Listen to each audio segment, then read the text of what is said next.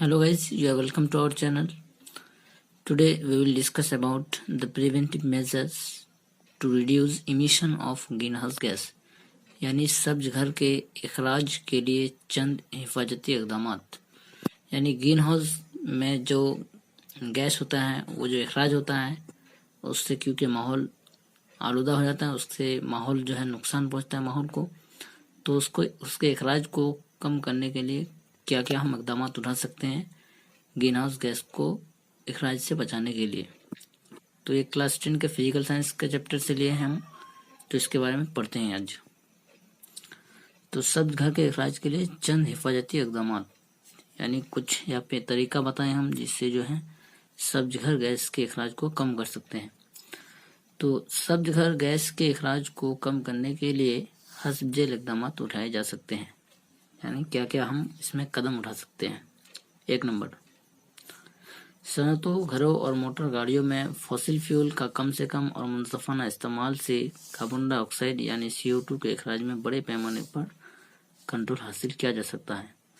सनत में, घर में और मोटर गाड़ियों में फॉसिल फ्यूल का कम से कम और मुनसफाना इस्तेमाल से, फॉसिल फ्यूल का कम से कम इस्तेमाल करके हम जो है मोटर गाड़ी, घरों में, सनतों में जो है कम से कम इस्तेमाल करके जो है CO2 यानी कार्बन डाइऑक्साइड के अखराज में बड़े पैमाने पर कंट्रोल हासिल कर सकते हैं। इसके बाद देखिए 2 नंबर में, तवानाई की मांग को पूरा करने के लिए तवानाई के दूसरे जराये जैसे मौजी तवानाई, हवाई तवानाई और शमसी तवानाई को इस्तेमाल में लाकर सब्ज घर गैस के अखराज को कम किया जा सकता है।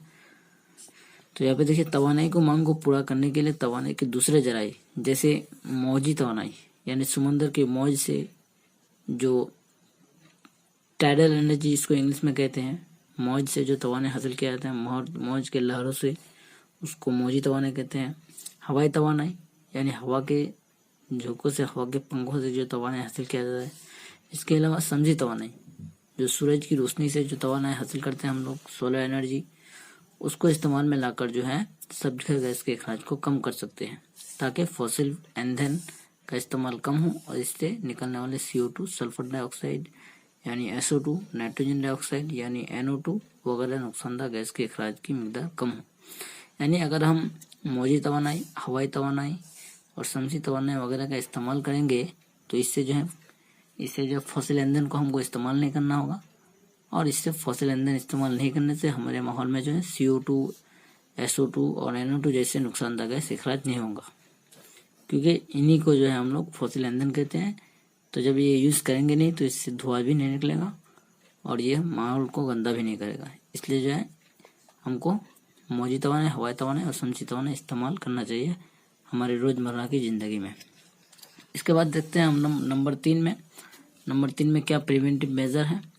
तो यहाँ पे देखिए ज़्यादा से ज़्यादा पेड़ पौधे लगाने, दरख्त लगाने और जंगलात के रुकबा को बढ़ाकर आलमी हिद्दत पर काबू या कंट्रोल किया जा सकता है, क्योंकि पूरे CO2 को पेड़ पौधे जो है CO2 को जज़्ब कर लेते हैं और नूरी तरकीब के दौरान इसे कार्बोहाइड्रेट में तब्दील कर देते हैं और कारामद गैस ऑक्सीजन खारिज करते हैं। तो यहाँ पे देखिए इस 3 नंबर में जो दिया हम लोग ज़्यादा से ज़्यादा पेड़ पौधे लगाने को कहते हैं, क्योंकि ये पेड़ पौधे जो है जंगलात बढ़ाते हैं। पेड़ पौधे लगाने से जंगलात बढ़ जाते हैं और जंगलात बढ़ने से आलमी हिद्दत पर काबू या कंट्रोल कर सकते हैं। आलमी हिद्दत यानी ग्लोबल वार्मिंग पर। ग्लोबल वार्मिंग को समझने के लिए आपको ग्रीन हाउस गैस समझना होगा। तो ग्लोबल वार्मिंग वो है जो दर्जात बढ़ जाने से, जब दुनिया में दर्जात बढ़ जाता है तो उसको ग्लोबल वार्मिंग कहते हैं, ग्रीन हाउस गैस की वजह से।